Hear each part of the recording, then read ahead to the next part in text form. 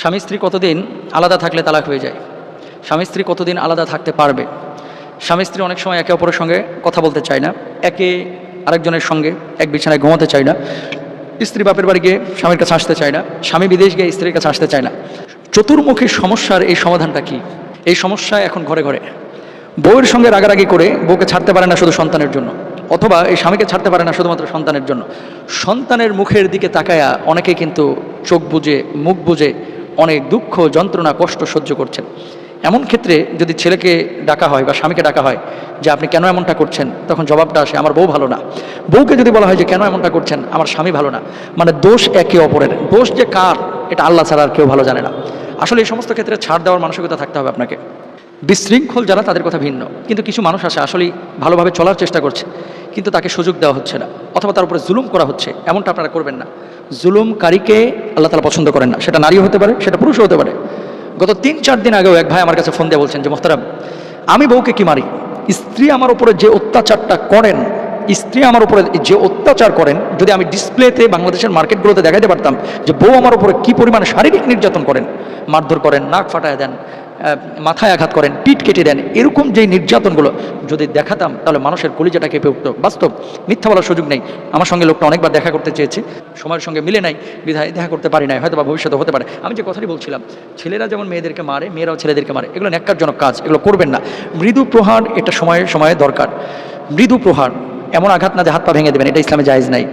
শাসনের কিছু দিক নির্দেশনা রয়েছে। কথা শুনছে না, অভিভাবকদেরকে আপনি শাসন করেন। কথা শুনছে না, বিছানা আলাদা করে দেন। কথা শুনছে না, মৃদু মারার ভান করেন, তাকে হুমকি ধামকি দেন। এই সমস্ত কাজগুলো আপনি করেন। যদি তারপরও না হয় তাহলে সর্বশ্রেষ্ঠ বিচ্ছেদের অপশন আপনার রয়েছে। কিন্তু বিচ্ছেদও করছেন না, ছেড়েও দিচ্ছেন না, এক বিছানাতেও ঘুমাচ্ছেন না, কথাও বলছেন না, রান্নাবান্নাও করছেন না, বাপের বাড়ি গিয়ে আসছেনও না, আর রাত্রিবেলায় ছেলে হোক মেয়ে হোক দুইজনই, ছেলেদেরও আছে মেয়েদেরও আছে, অন্যজনের সাথে ইউটার্ন নিয়ে আপনি ফেসবুকে মেসেঞ্জারে কথোপকথন করবেন, সম্পূর্ণরূপে হারাম, সম্পূর্ণরূপে হারাম। আল্লাহ রাসূল সাল্লাল্লাহু আলাইহি ওয়াসাল্লাম এটা নিষেধ করেছেন, বারণ করেছেন। এখন আসেন মূল পয়েন্টে। পয়েন্টটা কি? দেখেন, আপনি যখন বিয়ে করেছেন একটা মেয়েকে, বা মেয়ে যখন একটা ছেলেকে বিয়ে করেছে, আপনি বুঝে শুনেই কিন্তু বিয়ে করেছেন। আপনাকে জোর করে কেউ বিয়ে দেয় নাই, বুঝে শুনেই যেহেতু আপনি বিয়ে করেছেন, এটা নিয়ে আপনি সংসার করেন। মনে রাখবেন যে মৃত্যু পর্যন্ত এই স্বামীর সঙ্গে আপনি থাকতে চাচ্ছেন না। 3 মাস পর 3 বছর পর আপনি আলাদা হয়ে যেতে চাচ্ছেন। আপনি তো একা থাকবেন না, কারো না কারো অধীনে আপনাকে যেতে হবে, অথবা কারো না কারোর সাথে আপনাকে বৈবাহিক বন্ধনে আবদ্ধ হতে হবে। ছেলে হোক মেয়ে হোক, দুজনের কথা বলছে। আপনি যে পরবর্তী মেয়েটা বিয়ে করবেন, এই মেয়েটা যে এই মেয়ের চাইতে ভালো হবে, এই গ্যারান্টিকে আপনাকে কেউ দিয়েছে? আপনি যে স্বামী পরিবর্তন করে স্বামীকে ছেড়ে আরেকজনের সাথে বিবাহ বন্ধনে আবদ্ধ হচ্ছেন, ওই স্বামী যে এর চাইতে ভালো হবে, এই গ্যারান্টি কি আপনার কাছে আছে? ইন ফিউচার কি হবে এটা তো আপনি জানেন না, এটা আমিও জানি না। আচ্ছা, ওই স্বামীকে ছেড়ে আপনি বলতেছেন তৃতীয় আরেকজনকে চেঞ্জ করব, তৃতীয় জনের কাছে যাচ্ছেন, এই দুজনের চাইতে ওইটা যে খারাপ হবে না, এর কি কোনো গ্যারান্টি আছে? যেহেতু ভবিষ্যতের কথা আপনি জানেন না, যেহেতু ভবিষ্যতের কথা আমি জানি না, সুতরাং যদি কোনো জায়গায় আপনি গ্যাপ দেখেন, কোনো জায়গায় যদি সমস্যা দেখেন, তাহলে এই সমস্যাটাকে সলভ করার চেষ্টা করেন। কিভাবে আপনি সলভ করবেন, কিভাবে আপনি সমাধান করবেন, সেটা আপনি চেষ্টা করেন। কিন্তু আপনি সেটা চেষ্টা করলেন না, আপনি সলভের কোনো মানসিকতা আপনার মধ্যে নেই। আপনি কি করলেন? আমার বাপের অনেক পয়সা, আমার বাপের অনেক টাকা, আমার বাপ চেয়ারম্যান, আমার মামা পুলিশ, দাদার ভাই অমুক, আমার দাদা এই, আমার খালাতো ভাই এই, আমার মামাতো ভাই এই, আমার চাচাতো ভাই এই, আমাদের অনেক প্রভাব প্রতিপত্তি দেখিয়ে মনে করেন বাস স্বামী ছেড়ে দিলেন অথবা বউ ছেড়ে দিলেন।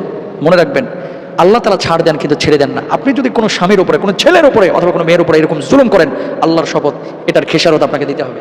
আজ হোক কাল হোক, টুডে অর টুমরো, আপনাকে এর খেসারত দিতে হবে। তাহলে কি করবেন? কথাবার্তা লা ইয়াহিল্লু লিররিজালি আইয়াহজুরা আখাহু ফাওকা সালাসা লায়ালিন। আল্লাহ রাসূল সাল্লাল্লাহু আলাইহি ওয়াসাল্লাম বলছেন 3 দিনের বেশি কারো সঙ্গে কথা বন্ধ রাখা যাবে না। স্বামী এবং স্ত্রী, আল্লাহ রাসূল সাল্লাল্লাহু আলাইহি ওয়াসাল্লামের স্ত্রীদের সঙ্গে ঝগড়া হয়েছে, পরবর্তীতে আবার তারা মিলেও গিয়েছেন। রাসূল সাল্লাল্লাহু আলাইহি ওয়াসাল্লামের স্ত্রীদেরকে রাসূল খুব ভালোবাসতেন, আপনারাও ভালোবাসবেন। কথাবার্তা বন্ধ হবে, একদিন 2 দিন 3য় দিন আপনারা মিলে যাবেন, এবং কখনো বিছানা আলাদা সহজে করবেন না। বাপের বাড়ি গিয়ে দেমাগ দেখিয়ে থেকে যাবেন না, বিদেশ গিয়ে দেমাগ দেখিয়ে থেকে যাবেন না। অন্য নারীর সঙ্গে আপনার সম্পর্ক আছে দেখে স্ত্রীর হক যদি নষ্ট করেন, অথবা অন্য পুরুষের সঙ্গে যদি আপনার সম্পর্ক থাকে, স্বামীর হক যদি নষ্ট করেন, আল্লাহর কসম কিয়ামতের ময়দানে আপনারে দাঁড়াইতে হবে। এটা আপনাকে মাথায় রাখতে হবে। 3 দিন 4 দিন 5 দিন কথা না বললে তালাক হয় না। বাপের বাড়ি গিয়ে 2 বছর 3 বছর থেকে গেলেও তালাক হয় না। হ্যাঁ, তবে যদি পাগল হয়ে যায়, যাবজ্জীবন কারাদণ্ড হয়ে গেছে, এমত অবস্থায় স্বামীদের উচিত হচ্ছে স্ত্রীকে ছেড়ে দেওয়া, এবং কোনো ফকিহ বলছেন এটা অটোমেটিক তালাক হয়ে যায়। নিরুদ্দেশ হয়ে গেছে, 20 বছর 25 বছর 15 বছর খবর নাই, তালাক হয়ে যাবে, কোনো ফকিহ এই কথা বলেছেন। কিন্তু জামাই পাশের মহল্লায় আছে, বউ এই মহল্লায় আছে, 15 বছর দেখা সাক্ষাৎ হয়, কথা বলতেছে না, এবং একে অপরকে তালাকও দেয় নাই, তাহলে ইসলামী শরিয়ার ভাষ্য অনুসারে এই সম্পর্কগুলো আসলে তালাক হয়ে যায় না। এবার আসেন, অনেক স্বামীরা আছে সামর্থ্য থাকা সত্ত্বেও বিদেশে যায়, যাওয়ার পরে আর দেশে আসতে চায় না। বিয়ে করে 2টা বাচ্চা জন্ম নিয়েছে, এরপরে দুবাই চলে গেছে, সৌদি আরব চলে গেছে, কাতারে চলে গেছে, আর দেশে আসতে চায় না। সামর্থ্য থাকা সত্ত্বেও, সবার কথা বলছি না, সবার সামর্থ্য নেই। এমন তো অবস্থায় কোনো স্বামী যদি ইচ্ছাকৃতভাবে স্ত্রীর হক নষ্ট করে, তাহলে আল্লাহর আদালতে তারা দাঁড়াইতে হবে। তবে সামর্থ্য যদি না থাকে, স্ত্রীর সঙ্গে যদি বোঝাপড়া হয় যে আমি তো তোমাদের সুখের জন্যই বিদেশে গেলাম, আমি 5 বছর পরে আসবো, স্ত্রী যদি মেনে নেয়, কোনো সমস্যা নেই। ওমর ফারুক রাদিয়াল্লাহু তাআলা আনহুর জামানায় একবার তিনি রাত্রিবেলায় রাস্তা দিয়ে হেঁটে যাচ্ছেন, এক মেয়ে খুব আকাঙ্ক্ষা করছিলেন তার স্বামীর সঙ্গ পাওয়া, স্বামীর সঙ্গে মিলিত হওয়ার, কিন্তু স্বামী কাছে ছিল না। তিনি এই আকাঙ্ক্ষা করে কিছু কবিতা আবৃত্তি করছিলেন। ওমর ফারুক রাদিয়াল্লাহু তাআলা আনহু যখন এই কবিতা আবৃত্তিগুলো তিনি শুনলেন, পরবর্তী দিন তিনি ওই মহিলাকে তার কাছে ডেকে পাঠালেন। ওমর ফারুক রাদিয়াল্লাহু তাআলা আনহু সেই মহিলাকে বললেন যে, কি ব্যাপার, তুমি কেন গত রাতে এই কবিতা আবৃত্তি করলে? ওই মহিলা তখন বললেন যে, দেখেন, আমার স্বামীকে তো আপনি জিহাদে পাঠিয়েছেন, আমার এই স্বামী আমার কাছে না থাকার কারণে আমার প্রচণ্ড কষ্ট হয়। আজকে 4টা মাস হয়ে গেছে স্বামী আমার কাছে নেই, এই জন্য আমি এই কবিতা আবৃত্তিগুলো করছিলাম, স্বামীর সঙ্গ কামনা করছিলাম। ওমর ফারুক রাদিয়াল্লাহু তাআলা আনহু শাহী ফরমান জারি করে তার স্বামীকে নিয়ে আসলেন এবং স্বামীর সঙ্গ দেওয়ার জন্য ব্যবস্থা করে দিলেন। সুবহানাল্লাহ। বাড়িতে গিয়ে তার মেয়ের কাছে জিজ্ঞেস করলেন যে, মা, একজন মেয়ে কতদিন স্বামীর সঙ্গ ছাড়া থাকতে পারে এবং তার কষ্ট হয় না? মেয়ে জবাব দিলেন, আব্বু 4 মাস। ওমর ফারুক রাদিয়াল্লাহু তাআলা আনহু তখন থেকে বললেন যে 4 মাসের অধিক কেউ যেন বাইরে না থাকে। সুতরাং চেষ্টা করবেন 4 মাসের মধ্যেই স্ত্রীর সঙ্গ দেওয়া। যদি সম্ভব না হয়, স্ত্রীকে বুঝান। স্ত্রী যদি পাপাচার মুক্ত থাকে তাহলে কোনো সমস্যা নেই, কিন্তু পাপে নিমজ্জিত হয়ে যাওয়ার আশঙ্কা থাকলে অবশ্যই স্বামীকে স্ত্রীর সঙ্গ দিতে হবে। আল্লাহ তাআলা বোঝার তৌফিক দান করুন। আমিন। আসসালামু আলাইকুম ওয়া রাহমাতুল্লাহি ওয়া বারাকাতুহু।